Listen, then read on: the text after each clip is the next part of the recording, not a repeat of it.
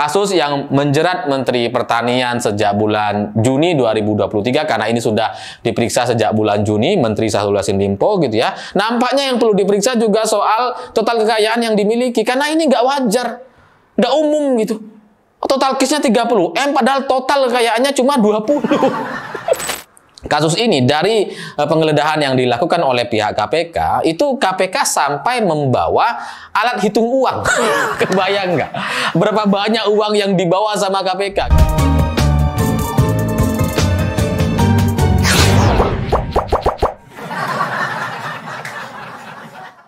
Selamat malam semuanya, selamat malam untuk semua kalian penonton YUTV Indonesia. Hari ini saya ingin kembali berbagi cerita soal kasus korupsi di Indonesia yang mudah terprediksi, yang mudah kita baca. Karena sebelumnya saya pernah bilang bahwa menteri dari Partai Nasdem yang akan menjadi tersangka itu nggak cuma Joni Plate, tapi akan ada lagi.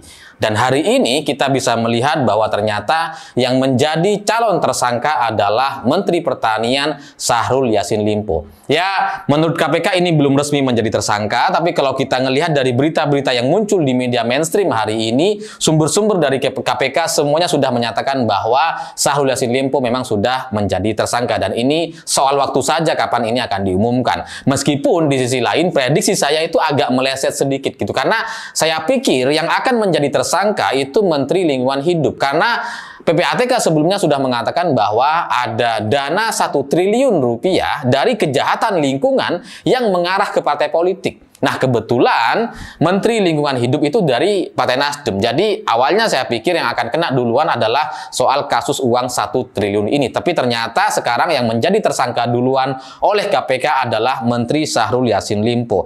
Dan ini meskipun belum diumumkan, ini akan menjadi satu catatan baru bagi Partai Nasdem, karena dia punya 3 menteri dan dua-duanya sudah jadi tersangka. Tinggal 1. Dan ini kayaknya juga akan jadi tersangka juga.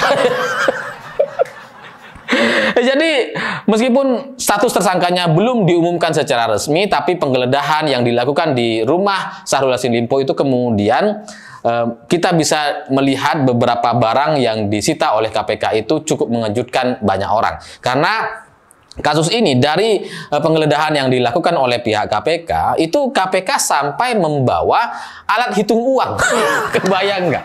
Berapa banyak uang yang dibawa sama KPK gitu. Karena alat hitung uang itu kan biasanya ada di bank gitu ya, untuk menghitung uang, uang setor dan sebagainya. Ini KPK mungkin ini pertama kalinya gitu ya, untuk menggeledah rumah seorang calon tersangka sampai bawa alat penghitung uang.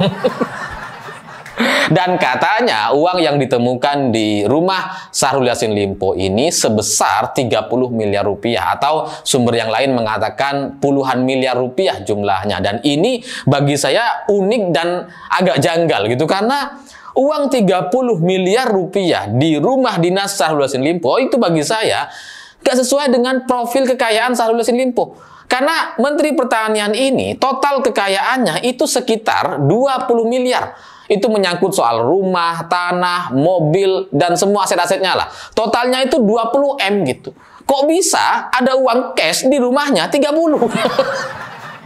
Itu gak masuk akal, gak wajar, gak normal. Itu kan ibarat kita, misalkan kita punya motor gitu ya. Motor kita harganya 15-20 juta. Tapi kan nggak mungkin, gara-gara kita punya motor dengan angka kekayaan yang segitu, 15-20 juta rupiah harganya, kemudian cash, uang cash yang kita pegang, juga 20 dan 30 juta rupiah. Kan nggak mungkin gitu ya. Pasti orang-orang yang punya motor itu, uang yang ada di cashnya tuh paling-paling ya ratusan ribu lah, atau mentok ya sejuta lah. Gitu. Ini ada menteri, total kekayaannya 20 miliar rupiah, di rumahnya ada cash 30. Ini gak masuk akal. Jadi ini perlu diperiksa. Jadi kasus yang menjerat Menteri Pertanian sejak bulan Juni 2023, karena ini sudah diperiksa sejak bulan Juni, Menteri Syahrul Yassin Limpo gitu ya. Nampaknya yang perlu diperiksa juga soal total kekayaan yang dimiliki, karena ini gak wajar, gak umum gitu. Total case-nya 30 M, padahal total kekayaannya cuma 20. Gak masuk akal. Lalu lebih dari itu ditemukan juga 12 senjata api. Ini kebayang nggak? Menteri Pertanian punya senjata 12 gitu. Kalau totalnya sudah 12, ini levelnya bukan kepemilikan, ini koleksi. Kalau Menteri Pertahanan misalkan punya 12 senjata api, itu mungkin ya agak-agak nyambung lah. Ini Menteri Pertanian yang dikoleksi senjata api. Kenapa nggak traktor atau alat-alat pertanian? Senjata api. Ya karena kalau ditemukan cuma 1 atau katakanlah 2, mungkin itu untuk ganti-gantian, untuk sebatas pengamanan. Tapi 12, ini koleksi, ini jelas. Nggak nyambung gitu ya. Menteri Pertanian mengoleksi senjata api, apa coba hubungannya?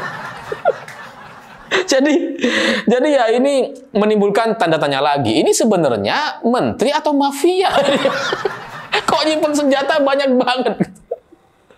Tapi yang lebih unik lagi dari soal kasus ini gitu ya, karena mungkin kenapa KPK belum mengumumkan itu karena ada kaitannya dengan sang menteri yang hari ini itu masih ada di Spanyol. Jadi ketika rumahnya digeledah, Menteri Syahrul Yassin Limpo itu masih ada di luar negeri. Ya ini menjadi tanda tanya lagi. Ini kira-kira habis ini akan pulang atau enggak? Atau melarikan diri seperti kasus koruptor-koruptor sebelumnya, kan bisa jadi gitu ya. Kucing-kucingan gitu ya, tampil live, tampil bikin pernyataan di media tapi nggak ketangkep-ketangkep gitu ya. Apalagi ini jelang politik tahun 2024, bisa jadi ada drama-drama politik yang kemudian membuat Syahrul Yassin Limpo jadi kabur ke beberapa negara ke depan gitu kan.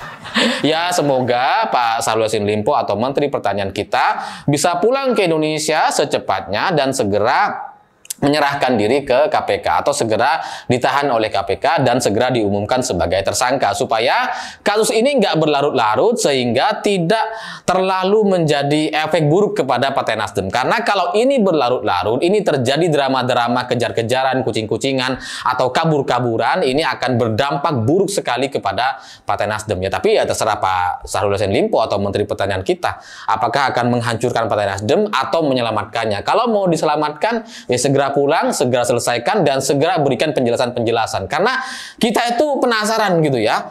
30M cash di rumah. Padahal total kekayaannya cuma 20 gitu. Dari sini saya juga jadi apa ya, sebagai orang desa, sebagai rakyat jelata itu jadi semakin pesimis gitu ya. Untuk kaya.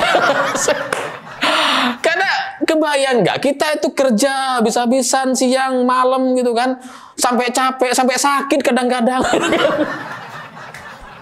Jangankan ngumpulin punya cash 30M gitu ya, mau dapat 1M aja, wah susah payah gitu kan. Ini sang menteri gitu kan, 30M cash. Ini yang cash loh ya. Yang di ATM berapa, yang di simpanan berapa, yang di aset-aset yang lain berapa, bisa jadi lebih banyak dari itu. Jadi ya ini juga perlu penjelasan-penjelasan lebih lanjut, terutama soal senjata itu, kenapa sampai 12 senjata ada di sana, sehingga ya ke depan ini semoga bisa segera diselesaikan dan bisa memberikan penjelasan yang baik untuk kita semua. Saya pikir itu, terima kasih sudah menonton, sampai jumpa di episode selanjutnya.